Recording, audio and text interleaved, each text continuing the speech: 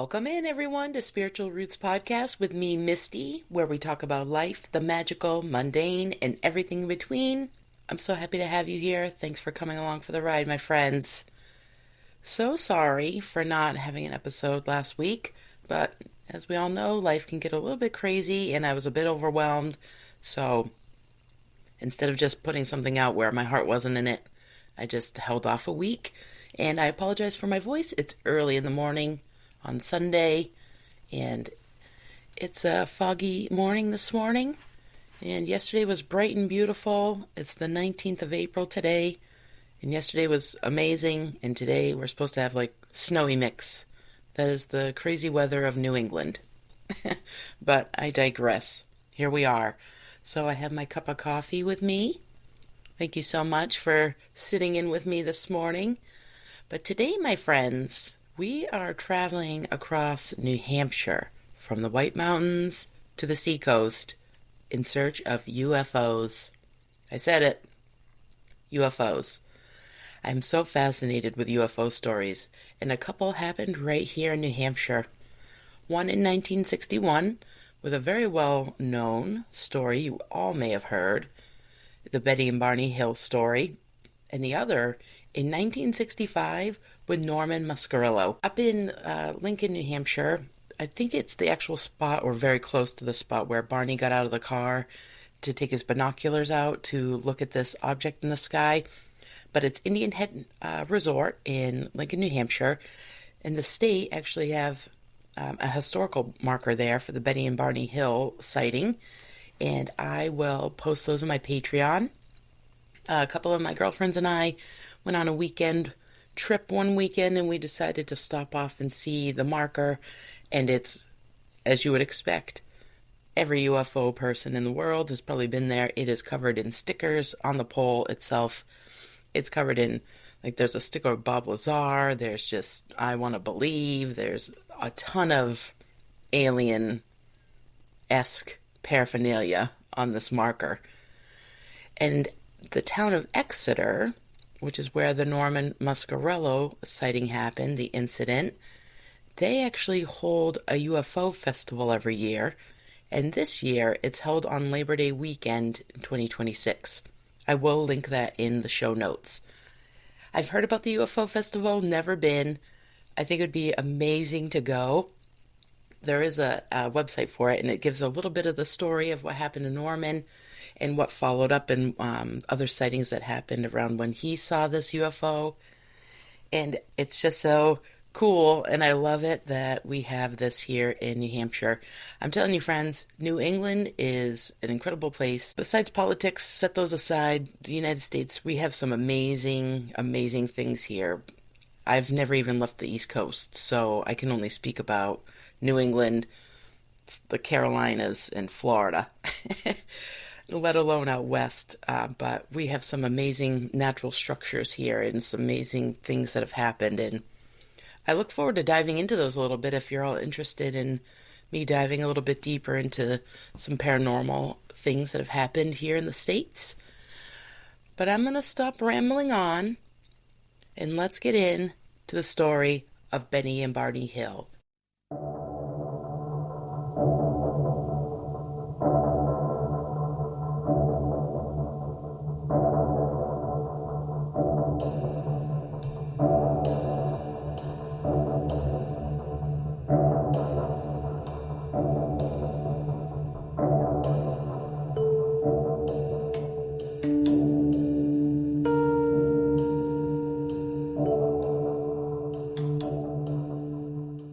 There are moments in history where the veil between the known and the unknown feels impossibly thin, where ordinary lives brush up against something extraordinary, something unexplainable.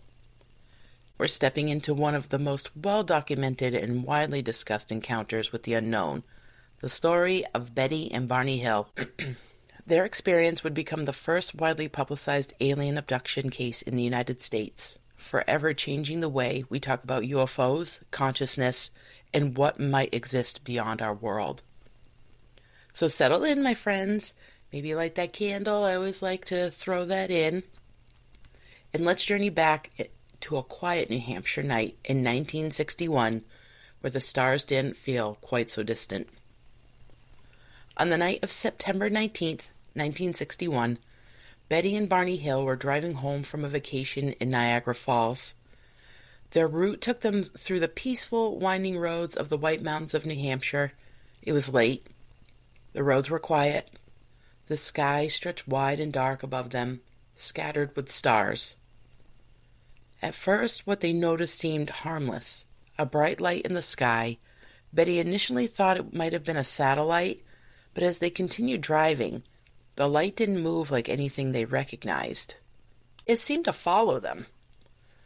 Barney, growing uneasy, eventually pulled over near Indian Head to get a better look.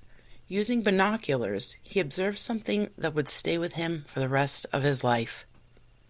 The object was not a star, not a plane, not anything familiar.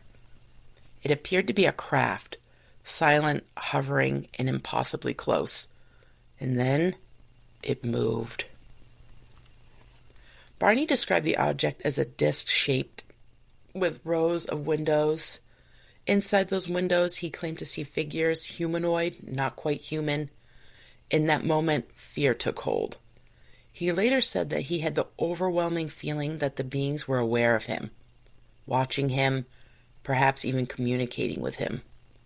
Panicked, Barney rushed back to the car, urging Betty to drive away immediately. They sped down the dark road, hearts racing, the object still seemingly following them, and then something strange happened. They heard a series of rhythmic buzzing sounds. The car vibrated, and then silence. Nothing. When Betty and Barney became fully aware again, they were farther down the road than they remembered traveling. Nearly 2 hours had passed. 2 hours. But neither of them could recall what happened during that time. The missing time would become one of the most haunting aspects of their story, a gap in memory that neither could explain. When they finally returned home, subtle details began to emerge. Betty's dress was torn and stained. Barney's shoes were scuffed. Their watches had stopped working. The trunk of their car had strange, shiny marks. And Betty's dress is on display at UNH. I don't know if it's visible, but I do know that they pull it out and people will take a look at it. But it is located at UNH, the University of New Hampshire, and it's located at the Milne Special Collections and Archives, and that is actually where Betty went to college, so that's a fun little fact. And my husband actually got to see this dress. I was a little bit jealous. He worked at UNH for a little while, and he told me, and I was a little bit jealous about it.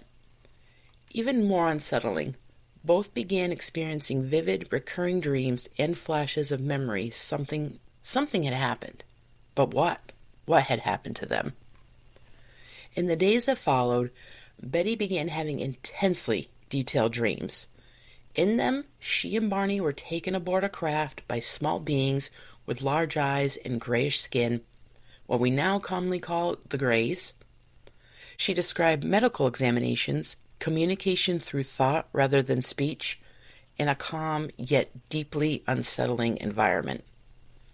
One detail stood out above all: a map. In her dream, one of the beings showed Betty a star map of Zeta Reticuli, lines connecting different systems, as if charting routes or points of origin. Years later, an amateur astronomer, Marjorie Fish, would attempt to recreate this map by creating a 3D model. She concluded that it resembled the binary star system about 39 light-years from Earth. To some, this was compelling evidence. To skeptics, a mere coincidence.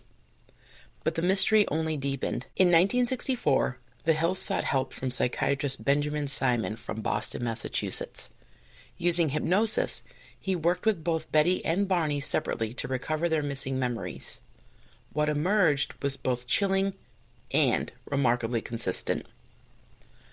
Under hypnosis, both described being stopped by a group of non-human entities, being led aboard a craft, undergoing physical examinations, such as Betty being poked in the belly button with a needle, and Barney having samples taken from his body, experiencing telepathic communication. Barney in particular expressed deep emotional distress during these sessions, his fear palpable, his memories fragmented yet intense. It is noted that Barney at first did not want to partake in talking about this event at all. He wanted to keep quiet and forget about it even happened. He was over it. But Betty encouraged him to talk, and Betty even called her sister the next morning and told her about the whole incident. And there are interviews out there with Betty's niece. I forget what her name is, but I think she's been on Ancient Aliens, but she's out there. She does interviews, and she talks about the incident with Betty's sister, her mother, I believe. And despite being interviewed separately, their accounts aligned in striking ways. Dr. Simon, however, remained cautious. He suggested that Betty's dreams may have influenced Barney's memories, a psychological blending rather than a literal shared experience. And yet, some details remain difficult to dismiss. The Hill case might have remained a private mystery, but in 1965, their story was leaked to the press in a sensationalized front-page article, which became a series, was published by the Boston Traveler newspaper October 25th of that year. This, of course, brought Betty and Barney Hill into the worldview and didn't land well with them, and they were compelled to tell their story in their own words. Soon after, it became a national sensation. Their experience was later documented in the book Interrupted Journey by John G. Fuller, brought their story into the public eye in a profound way. For many, this was the first time the idea of alien abduction entered a mainstream consciousness. Betty and Barney's story did help shape the modern image of extraterrestrial beings, the concept of missing time, the narrative structure of abduction experiences. It also influenced decades of UFO research and pop culture, from documentaries to films and television. And there's a ton of information out there. There are videos galore. There's interviews with Betty herself on YouTube. You can really dive into this story. But one of my favorites is the Shock Docs, the Betty and Barney Hill story. I love the Shock Docs series. They get really in depth, but I really recommend that one if you haven't watched it already. As with any extraordinary claim, the Hill case has been met with skepticism, of course. Some researchers argue that the couple may have misidentified natural or man-made objects, perhaps even the planet. Others suggest that stress, fatigue, and the late-night drive may have contributed to a shared psychological experience. Others suggest sleep paralysis, dream states, and the power of suggestion have been explored as possible explanations. Dr. Simon himself leaned toward a psychological interpretation rather than a literal abduction. And yet, even skeptics often acknowledge that the Hills genuinely believed their experience. Whatever happened that night, it was real to them. Their encounter was also investigated by Dr. Alan Hynek, who was a well-known astronomer and advisor to the U.S. Air Force as part of Project Blue Book. At first, even he was a skeptic, but he began to open his mind to the study of the UFO phenomenon after his investigation into the Betty and Barney Hill story. It is worth noting that Betty and Barney lived in Portsmouth, New Hampshire at the time. There was an active military base known as Pease Air Force Base, which I do bring up a few times in this episode, which is now, it's mostly commercial buildings. It's closed as an official base, but there's a public airport there, like a small one. And Betty also has been documented as saying she did have communication with the U.S. Air Force up until her passing in 2004. I do also want to note that here in New Hampshire and the seacoast, including Maine's coast and Massachusetts, which also borders our state, we do have active bases here. We have our Portsmouth Naval Shipyard, which has nuclear submarines, obviously. And we have a Coast Guard base here and in New Hampshire, particularly. But there's other there's other small bases up and down the seacoast, and we have many that are out of commission that are historical places. Love going there. I'm kind of going on a tangent. Sorry, friends. But if you're into military history, highly suggest, and you're in the New Hampshire area or even New England, ton of historical bases that you can go to. One in particular is my favorite, is Fort Stark in Newcastle, New Hampshire. It was used in World War II, and there is a facade of a ship there. Absolutely fascinating. But I just wanted to note that there were active military bases here at the time of these sightings. Over 60 years later, the story of Betty and Barney Hill still lingers in the collective imagination.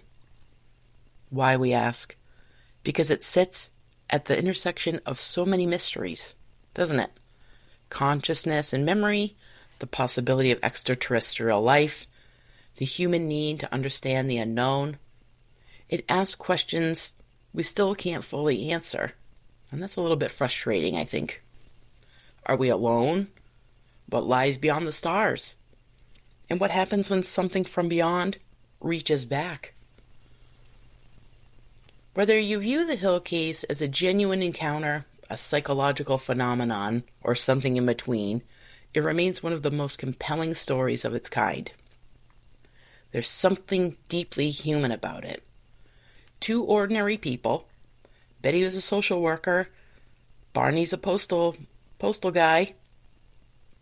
They're driving home under a quiet sky, coming back from their honeymoon, suddenly finding themselves part of something vast, strange, and unknowable. And maybe that's why this story endures, because it reminds us that even in the most familiar moments, the universe is still full of mystery, still full of wonder, still waiting just beyond the edges of what we understand.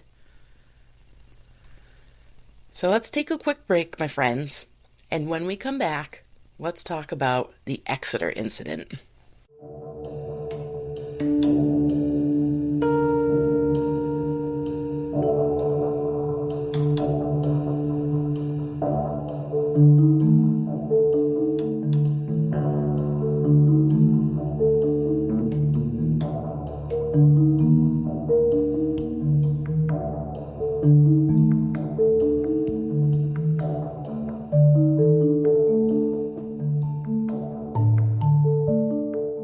If the story of Betty and Barney Hill opened a door into the unknown for you, what happened just a few years later in a small town in New Hampshire made people wonder. What if that door never closed? What if it was kept open for some reason? Let's move forward to early morning hours of September 3rd, 1965. Just before 2 a.m., in the quiet town of Kensington, New Hampshire, 5 miles outside the town of Exeter, New Hampshire, an 18-year-old named Norman Mascarillo was hitchhiking along a dark rural road after visiting his girlfriend in nearby Amesbury, Massachusetts, when he first noticed lights in the distance, bright, red, and pulsing, which at first he assumed it was something ordinary, maybe a police car or a fire truck, maybe even an aircraft. Again, Pease Air Force Base is nearby, so this would be understandable. To this day, like I had mentioned, there is still active air traffic. But as the lights grew closer, it became clear that this was neither. The object hovered silently above a nearby field and over 2 houses. The Dining family, who were not home at the time of the incident, and the other belonged to the Russell family, whose house Norman went to for help and knocked on the door, but they did not answer, and the family later stated they heard him knocking and yelling for help, but were too scared to open the door. Like, they thought he was crazy. They were like, no, we are not opening our door for you. It wasn't just one light. It was a structured formation, a dark craft lined with flashing red lights moving toward him. Can you imagine being on this dark, desolate road in rural New Hampshire at 2 o'clock in the morning, and you see this in the field? I did find a YouTube video, and I don't know what the show was. It was clips into one YouTube video, but There's one portion where Norman is out with this film crew, and he shows the exact spot where he was. And it looks pretty desolate and looks a little frightening. Terrified, Norman did what anyone would do. He ran. He actually jumped into a nearby ditch or over a stone wall. It was also mentioned. I can't imagine being alone on a rural New Hampshire road and see this. I would have freaked out too, guys. I would have both been fascinated and freaked the fuck out. Shaken, Norman made his way to the local police station via a car he flagged down, where he reported what he had seen. He first reported it to the night desk officer, Reginald Tolan, of the Exeter Police Department, who knew Norman and could tell he was shaken. Tolan then radioed Officer Eugene Bertrand. Officer Bertrand decided to take the report seriously because early in the evening, he took a report from a frightened woman who was sitting in her car on the side of the road. Bertrand had stopped to make sure she was okay, and the woman reported to him she had a flying object with flashing red lights following her from Epping, New Hampshire to Exeter, New Hampshire, which is about a 12-mile distance. He thought she was a kook at the time. Also, in the same YouTube, he also thought she may have been drunk. So he sat with her until she calmed down and was able to drive again. So that's 2 sightings in one night, with one police officer being told about this. Bertrand then drove Norman back to the location, and that's when everything changed, because this time they both saw it. Hovering low over the field was the same object, dark, silent, with red lights flashing in sequence in this structure. And if I remember correctly from this, it went like 1, 2, 3, 4, 4, 3, 2, 1. And there was, I think if I remember correctly, there was one light that was steady, but then these lights would flash in sequence. I do want to mention, it was also documented that weeks before this incident, there were other sightings reported of this similar object, which I found very interesting. Bertrand later described it as having no visible wings, no sound, and no resemblance to any known aircraft. Then as they watched, the object suddenly shot upward and disappeared into the night sky at an impossible speed. It wasn't just Norman who saw this object either, as I mentioned before. In the hours and days that followed, more reports began to surface. Another officer, David Hunt, also encountered the object. He described it similarly, large, silent, and lined with red flashing lights. Residents in the surrounding areas reported seeing strange aerial activity that same night, lights moving in unnatural patterns, objects hovering low over fields. This wasn't a single sighting. This was a wave of sightings. Also, another interesting connection is all the witnesses stated the craft tilted when it moved. So all these separate incidences. And I do want to mention that Officer Bertrand did not get that woman's name. And he had mentioned in this interview that he wished he had gotten her name. I don't know if she was later interviewed. There is a woman that's interviewed on this later, and she describes the object as tilting. And everybody describes it as tilting when it moves. And I found that very interesting because they're all separate incidences. And if anyone's into Bob Lazar, I know he can be a hot topic sometimes, hot button topic. But he also describes when he was working at S4, allegedly, he also saw that it tilted when it moved. And I also find it interesting, too, that both Betty and Barney Hill and the Exeter sightings were also around the same time of year. I kept coming back to this idea when I was looking into these cases. It's something to ponder. Why late summer? Like, why September? Close to a military base, I understand, with the Exeter sighting. But was there a connection to the season as well? Or the fact that both Betty and Barney were also from the seacoast of New Hampshire and Portsmouth at the time? Were they being observed before their encounter in the White Mountains? I know this sounds crazy, but there's just so many connections. It's wild to me. I don't know. There's a million questions and connections that could be made. It's just my tangent on this idea. And I like to let my mind wander sometimes because why not, right? The case quickly drew national attention. The United States Air Force, again, became involved through its UFO investigation program, Project Blue Book. Again, another connection. Their conclusion? They suggested the sightings could be explained by misidentified aircraft or astronomical objects. Oh, the 60s. But many of the witnesses, including trained police officers, firmly disagreed. They insisted what they saw behaved unlike anything conventional. Even today, the Exeter Incident remains officially unexplained. When we place the Exeter Incident alongside the Hill abduction, something intriguing begins to emerge. Both occurred in New Hampshire. Both involved late-night encounters on quiet rural roads, bright, structured lights moving with intention, and a sense of being observed or even followed. But there are some key differences. The Hills experience was deeply personal. It was intimate, it was internal, and it was tied to memory. Where the Exeter Incident, that sighting, they were external, they were visible, they were shared and witnessed by multiple people at once. Two different kinds of encounters. One was deeply inward, where it affected them emotionally, and then one undeniably outward. Not that it didn't affect Norman and the police officers, but they weren't touched in any way.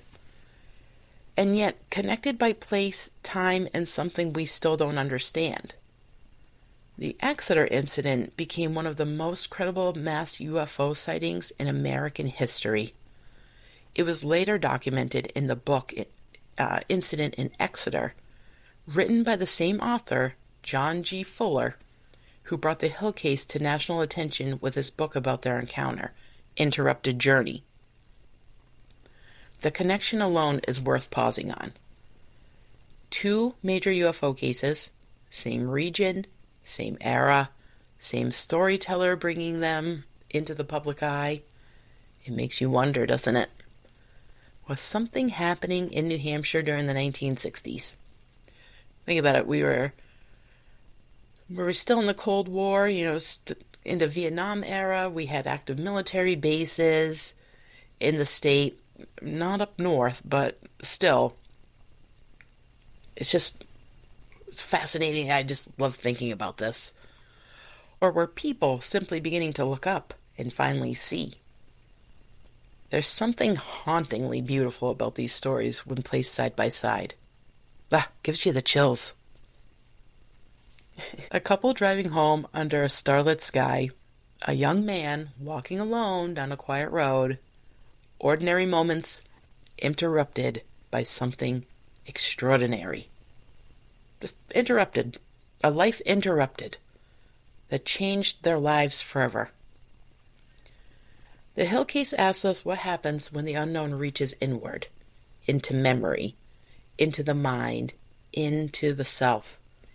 The Exeter Incident asks what happens when the unknown remains out there, visible, undeniable, yet still just out of reach. Together they form a kind of dialogue, don't they? A conversation between humanity and the vast silent universe above us. You ever sat outside and looked to the stars and just wonder what is out there?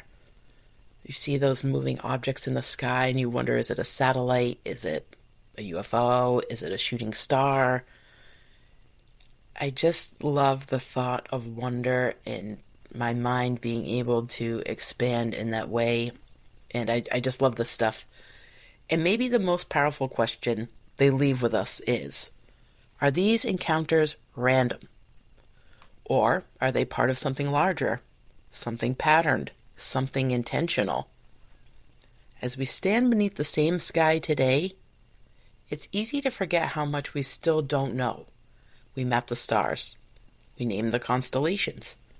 We send signals into the void. You ever heard about the WOW signal? I'm sure you have, my friends. But every so often, something reminds us that the mystery is still alive. still watching, still waiting, and maybe, just maybe, still reaching back. That is all I have for you today, my friends.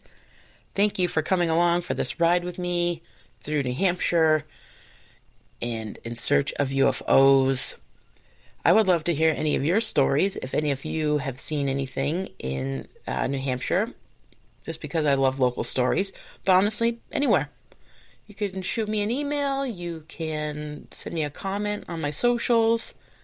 I just love hearing other people's stories. As I always say, I love engaging in the conversations. I hope you all have a great rest of your week. Thank you so much for coming along, and take care. Thanks for coming along for the ride, travelers.